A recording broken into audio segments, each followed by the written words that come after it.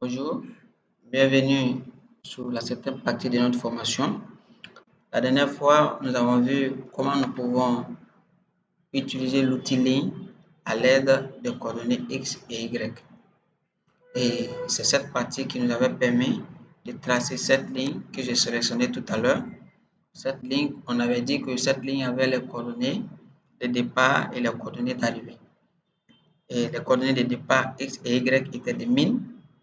Et coordonnées d'arrivée x égale à min, y également était égal à min. Donc tu vois, et on avait dit pour une vérification, il suffisait, quand je clique sur échappe, je viens, je sélectionne ma ligne. Donc pour une vérification, tu envoyais juste ton réticule au point de départ de ta ligne. Une fois ton réticule pointé au point de départ de ta ligne, nous regardons dans la barre d'état. Et on avait dit que la barre d'état c'est ici. Et quand nous regardons cette partie de la barre d'état où se trouvent coordonnées de dessin, une fois ton réticule là, le réticule, la barre d'état nous affiche les coordonnées de départ qui est égal à x égale à min, y égale à min. Et également sur notre coordonnée d'arrivée, on voit que x égale à 2000 et y égale à 2000. Et on a vu que toujours la partie z était égale à 0. Pourquoi? Parce que on travaillait en plan. C'est-à-dire on travaille à deux dimensions, x et y. Tu vois un peu? Et on avait vu également la partie langue angulaire plutôt. Comment nous pouvons tracer une ligne par rapport à l'horizontale tout en donnant un angle et la distance de cette ligne. C'est ce qui nous avait permis de tracer cette ligne également que je sélectionne. Cette ligne, on avait dit que cette ligne avait une longueur de min, et on avait tracé sous un angle de 45 degrés par rapport à l'horizontale. Donc la septième partie va se pointer essentiellement sur les parties zoom, comment nous pouvons zoomer nos dessins une fois que nous sommes en train de travailler. La première partie du zoom en AutoCAD concerne les roulettes de ta souris. C'est-à-dire, pour facilement zoomer ton dessin quand tu travailles en AutoCAD, il suffit juste de manipuler les roulettes de ta souris. La roulette de ta souris se trouve où? Quand vous regardez votre souris, les deux boutons de gauche à droite, au milieu des deux boutons, vous trouvez qu'il y a votre roulette. Donc, une fois que vous jouez avec la roulette, vous voyez, il y a ton dessin qui se zoome, qui fait zoom avant et zoom arrière. C'est-à-dire, le dessin s'agrandit et ça diminue de volume ou bien ça diminue d'échelle. Tu vois? Donc, une fois que tu es avec ta souris, quand tu roules en avant, c'est-à-dire tu roules vers toi, tu vois que ton dessin est en train de diminuer d'échelle.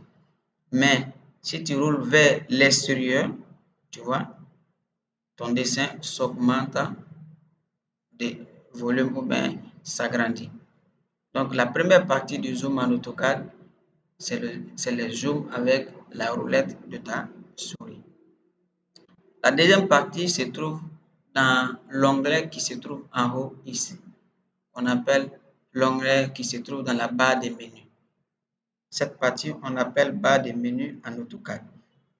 Donc, si vous êtes avec votre logiciel, une fois que vous êtes dans votre barre des menus, vous venez directement dans la partie affichage.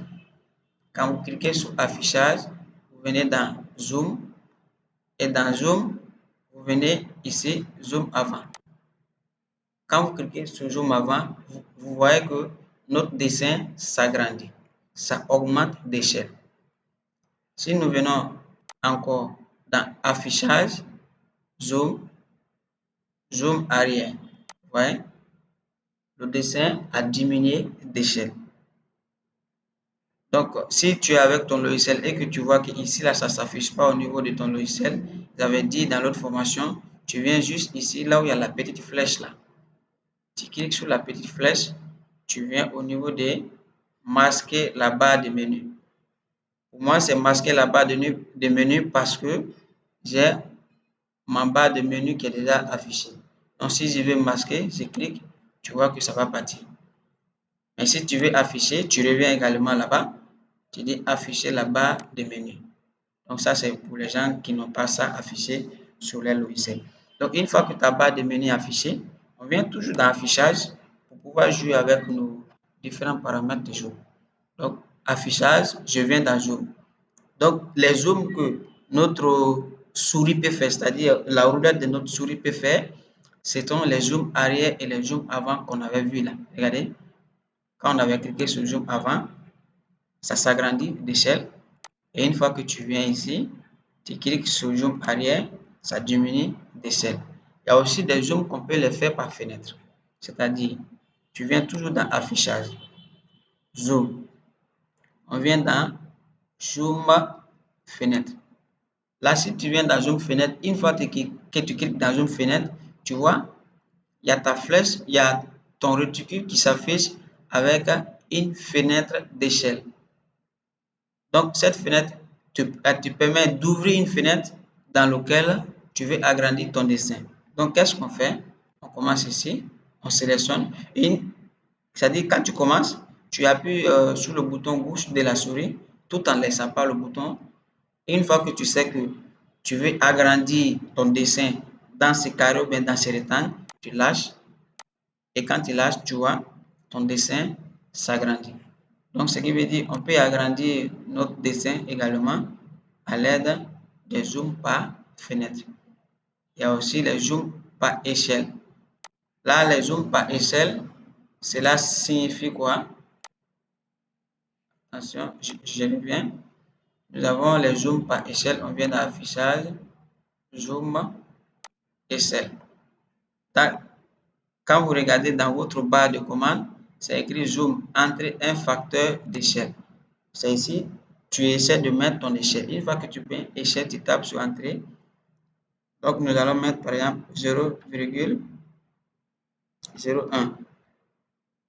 Notez bien que j'avais dit qu'en AutoCAD, les points représentent les virgules. Et les virgules représentent la séparation entre deux points. C'est-à-dire point X, point Y ou bien point Z en AutoCAD. Donc, si tu veux écrire un chiffre, 1 virgule ou 0,01, ne clique pas sur la virgule sur ton clavier. Clique plutôt sur le point. Parce que le point représente la virgule en AutoCAD. Donc, une fois ça, je peux taper sur Entrée. Tu vois? Donc, j'ai fait le zoom par rapport à une échelle 0,01. Donc, ça, ce sont des parties. Et généralement, ces parties, on les utilise lorsque tu n'as pas de roulette sur ta souris. Mais si vous voulez bien travailler en AutoCAD, je vous encourage d'acheter des souris avec lesquelles vous pouvez trouver une roulette qui peut facilement faire des zooms avant et arrière pour vous. Également, il y a une autre partie dans l'affichage qu'on appelle panoramique. Panoramique, c'est une façon de déplacer ton dessin. Tu vois? Et dans panoramique, quand tu viens, panoramique ici, tu viens panoramique temps. Quand tu cliques sur panoramique temps, vous voyez déjà que notre réticule devient comme une main. Ce qui veut dire quoi? Qu'avec ça, nous pouvons déplacer notre dessin de gauche à droite, de haut en bas. Là, ça fait le déplacement, mais ça ne fait pas de zoom, mais ça fait un déplacement de ton dessin. Est-ce que vous comprenez? Donc, pour pouvoir déplacer ton dessin, qu'est-ce que tu fais? Il suffit juste que tu cliques sur le bouton, que tu appuies sur le bouton gauche de ta souris. Et une fois que vous appuyez sur le bouton gauche de la souris, cette main change de forme. Quand tu lâches, ça change de forme. Tu appuies, ça change de forme. Donc, quand ça change de forme, c'est comme si la main a déjà pris l'objet. Tu peux le faire déplacer comme tu veux, gauche à droite, de gauche à droite. Mais quand tu lâches la souris, tu vois, la main est là. La main n'a pas encore pris ton objet, ou bien la main n'a pas encore pris ton dessin. C'est ça. Et à part la partie affichage, là, tu peux venir.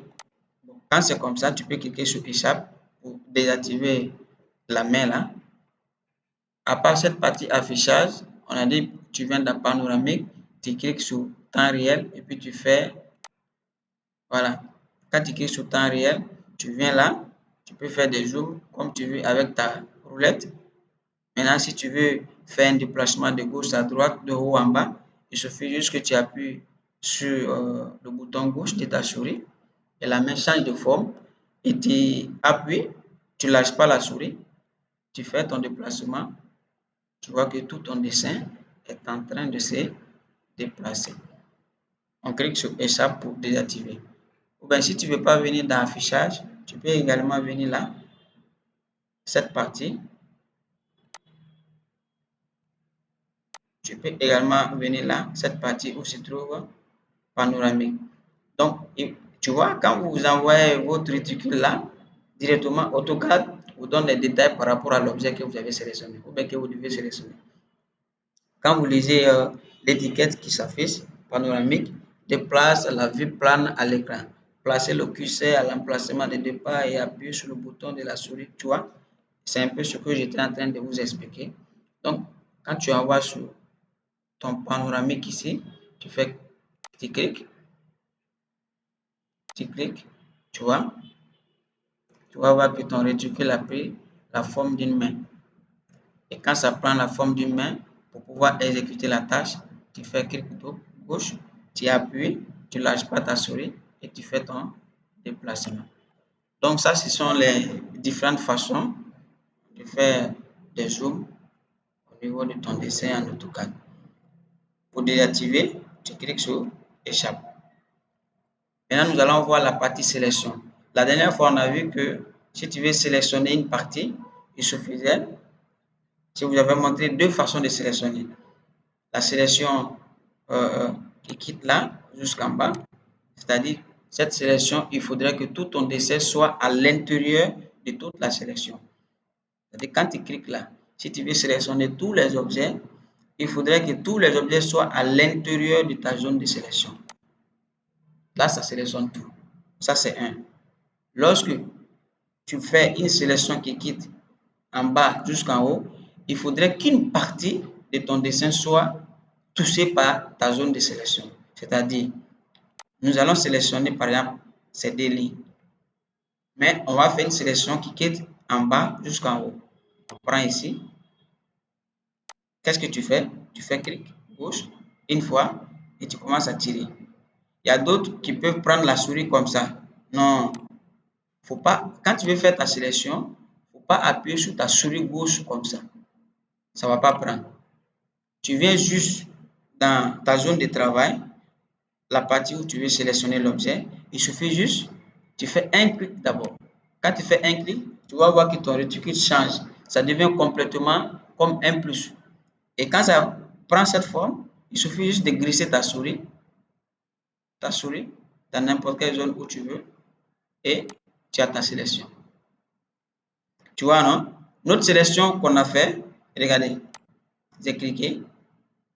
Notre sélection, regardez, tout le dessin ne se trouve pas dans la zone de sélection. Mais vous voyez que ça sélectionne. Donc, c'est l'important de la sélection qui quitte en bas. Tu n'es pas obligé que ton dessin soit à l'intérieur de la zone de sélection. Il suffit juste qu'il y ait une partie dans la zone de sélection.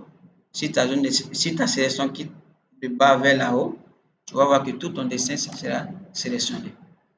Donc, au fait, c'est la partie sélection d'ensemble des objets. Maintenant, si tu veux sélectionner individuellement les objets, c'est très simple.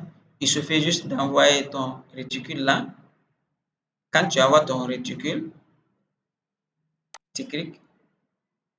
Et j'avais dit, quand je vous dis clic, c'est clic gauche. Je fais échappe. Tu envoies ton réticule sur ton dessin. On va sélectionner notre ligne. Tu cliques. Tu viens encore sélectionner deuxième ligne là. Tu viens. Tu fais la même chose. Troisième ligne. Tu fais la même chose. Donc ça, ce sont les sélections individuelles. Parce qu'il peut y avoir beaucoup de dessins qui sont encombrés, mais tu ne veux pas sélectionner tous les dessins. Qu'est-ce que tu fais? Tu vas faire une sélection individuelle, un à un.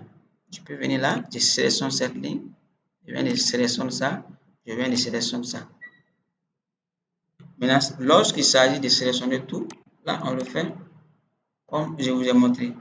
Mais il peut y avoir une partie qui peut fatiguer un peu les gens.